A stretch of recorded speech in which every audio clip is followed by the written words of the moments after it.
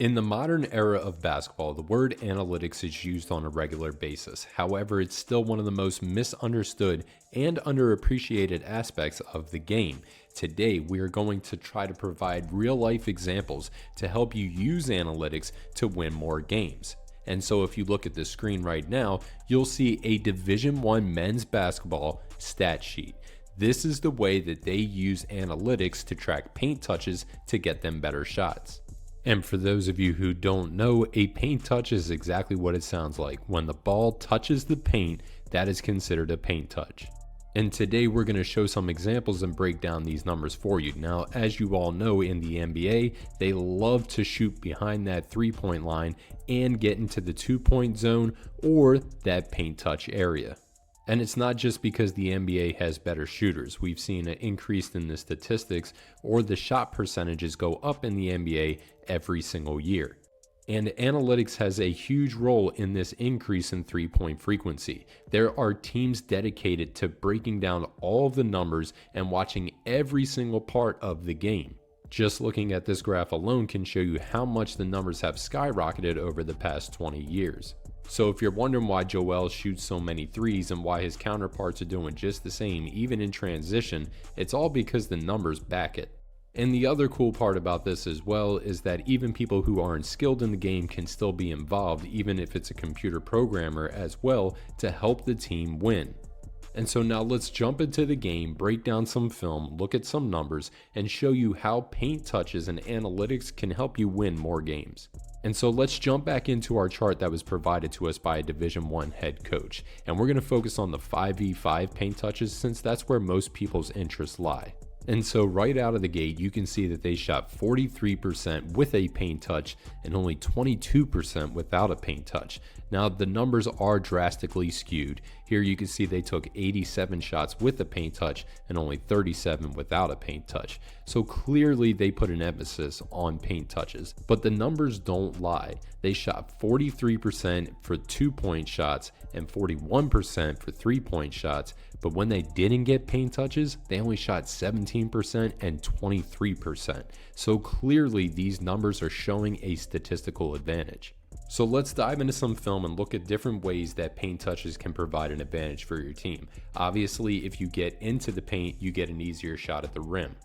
But just because you get a paint touch doesn't mean you have to finish at the rim. Here you can see Trey shoots up this floater, and it's not just an NBA thing. We see it in the WNBA as well, and across all leagues here, again, we see a paint touch and then followed up by another one with a floater. And it doesn't just have to be a drive into the paint. You can pass in to a big, and this can force the defense to close out, and then they can go big to big or dropping it down in the post as well. And dropping it down in the paint can also happen off of a drive. Here they drive, the defense steps up, they drop it off to the big, and he's able to finish. And I do really like that option where you can go big to big. Here the guard penetrates, drops it off to the big, and then the big goes to the other big. And so if you haven't caught on to the trend yet, the whole idea here is getting the defense to collapse and then expand back out on closeouts, because closeouts are one of the most difficult things to do in basketball. Now, one of the coolest aspects too is if you drive, you can hit cutters as well. So here we can see that the ball is driven into the paint, they cut into the paint and get an easy basket. We also see that with baseline sneaks as well. This also provides easy scoring opportunities for any big who likes to go get a rebound and put the ball back in the basket. Here you can see that the defense is focused on the ball, and now the big is free to get a putback. But possibly one of the most popular ways to use the paint touch is getting into the paint and spraying it out opposite.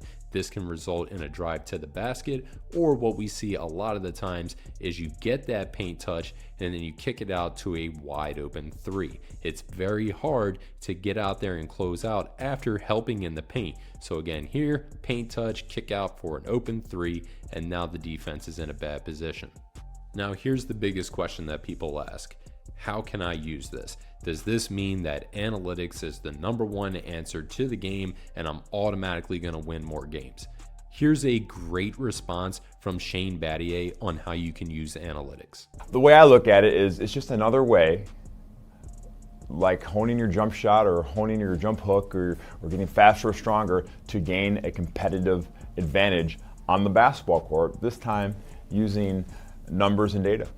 Before I really learned analytics, I tried to guard a guy like Kobe Bryant, who in my estimation was the toughest competitor that I ever played against. And all I had to rely on was the old eyeball test scouting report. Yeah, Kobe's got a really good right hand. You have to keep him out of the painted area. He's a great finisher. So, yeah, any Joe Schmo fan could tell you those things. But after studying and going through the School of Analytics, I knew exactly to a T who Kobe Bryant was. So again, no, we are not saying that analytics is your golden egg. You're not going to automatically turn into the 98 Bulls just because you're using data-driven analytics to get you better shots. However, this is one more tool that you can add to your bag to level up against your opponents. This will help you understand where your team thrives and how you can easily improve on a daily basis, working towards the skill sets that you have. And like we said before, if you love the game but you're not skilled enough to play the game, you can help a team thrive through analytics. There are plenty of teams out there that will hire you to break down the game in a way that coaches just don't have the time to do.